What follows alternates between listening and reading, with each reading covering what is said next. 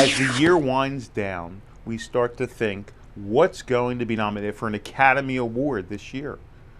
I mean, really, 10 movies again? How will we ever find 10 movies to nominate? It's been a rough year so far. But I want to review some of the movies that are strong possibilities and also talk about the actors, the actresses, and the directors that could very possibly be on the Oscar ballot this year. I only see two strong possibilities for shoo-ins for the Best Picture category this year. I think the first one is Social Network, or The Social Network. Of course, David Fincher's film about the birth of Facebook. I think this has a possibility of being nominated of up to 7 or 8 Academy Awards, and certainly Best Picture. And the other possibility is a movie called The King's Speech with Colin Firth. That movie doesn't come out in most places for a few weeks, but it's been gaining lots of buzz, especially in film festivals it's played. So those are two I think you can pretty much take to the bank in terms of being nominated. Now, in terms of the stronger candidates that are in the field, Inception with Leonardo DiCaprio, Christopher Nolan's film, has a good chance. It got very good reviews and huge box office. 127 Hours, Danny Boyle's movie about a man pinned inside a cave for, well, 127 hours. That's got a shot. Of course, he won for Slumdog Millionaire for Best Director, Danny Boyle. Black Swan, Darren Aronofsky's new film, starring Mila Kunis as the co-star and also Natalie Portman as the star. That's receiving lots of strong buzz, kind of an art film that might appeal to a wider audience.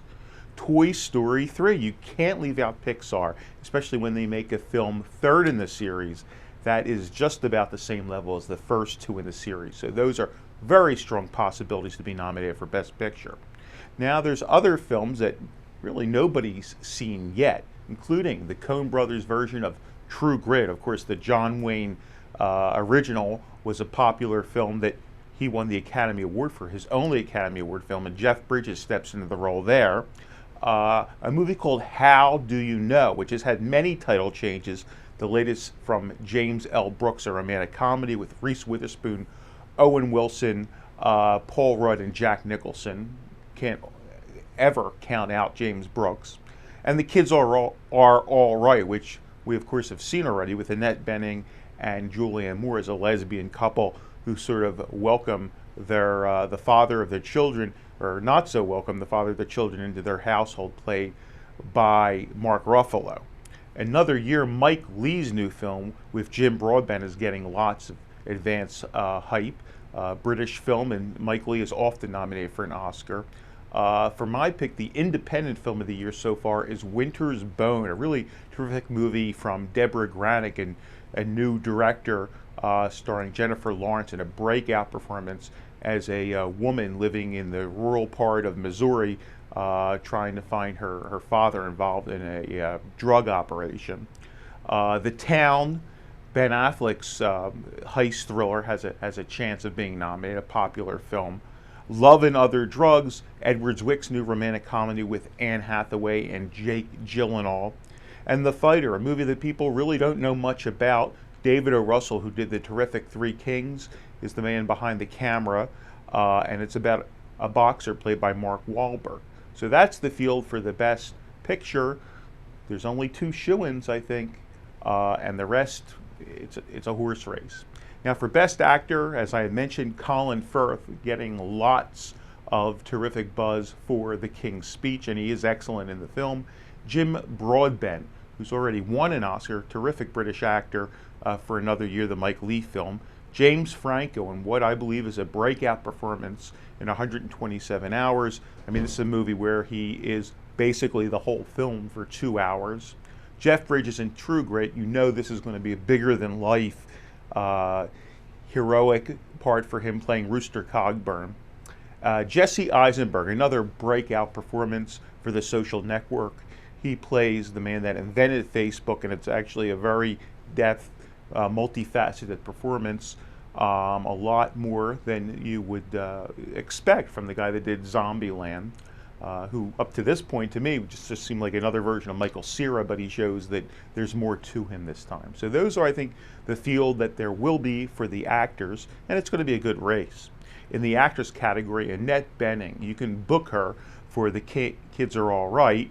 Another fine performance, and this could be her year. Remember, she has never won an Oscar, although nominated a couple times. Jennifer Lawrence for Winter's Bone, as I mentioned, a breakout performance. Kind of reminds me of the Melissa Leo role from a few years ago. That, you know, an actress people didn't know about, a small film, and she's received lots of terrific reviews, and I think it's well deserved. Natalie Portman for Black Swan, she's been nominated before, and this is her first part, I believe, in a lead where she's been nominated. Has a very good shot at getting in there. You can't count out Hilary Swank, two-time Oscar winner, this time for Conviction. She plays a Boston woman who becomes a lawyer to get her brother out of jail, a true story, and a good Boston accent there as well. And then Leslie Manville for the film Another Year, a British movie. Mike Leigh always has good acting in his movies. Previous actresses from his films have been nominated as well.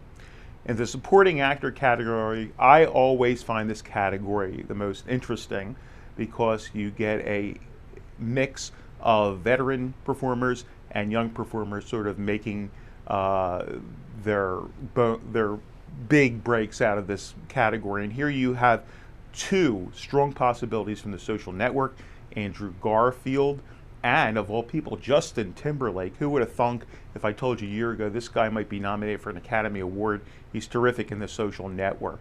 Jeffrey Rush, who has won the Best Actor for Shine, he's got a strong possibility for The King's Speech. Mark Ruffalo seems to be popular over the last couple of years. He might get a supporting actor for The Kids Are All Right. Sam Rockwell might get his first nomination for Conviction, playing that brother who is in prison. Now in the supporting actress category, Helena Bonham Carter, also The King's Speech. Ella Fanning turns in a very strong performance in a movie called Somewhere, Sofia Coppola's new film, also starring Stephen Dorff. Mila Kunis for Black Swan, kind of an edgy part for her. Amy Adams for The Fighter. Again, not many people have seen that, but Amy's been nominated before. And Haley Steinfeld from True Grit. She plays the Kim Darby part. Character's a little younger this time. They go back to the book, but the early buzz is very good on her, and a breakout performance for this young actress. In the director category, even though we have 10 films, there will be 5 directors. And I will bet right now that David Fincher, who's been nominated before for The Social Network, will get one of the nominations. Tom Hooper for The King's Speech, British director, will get nominated as well, especially if the film, as I mentioned, should be nominated. Danny Boyle, the winner for Slumdog Millionaire, will be nominated as well. Darren Aronofsky, nominated for The Wrestler before. He will probably be nominated for Black Swan. And once again, Joel and Ethan Coen for True Grit. If this film is anything more than just a crowd pleaser, if it gets good reviews and receives some accolades, I think you could count them in this race as well. So that's it. It's an early pick for the Oscar possible nominations. Let's see how I am as the year goes on and we get closer. But signing off, this is Movie Irv, and enjoy the rest of the movie year.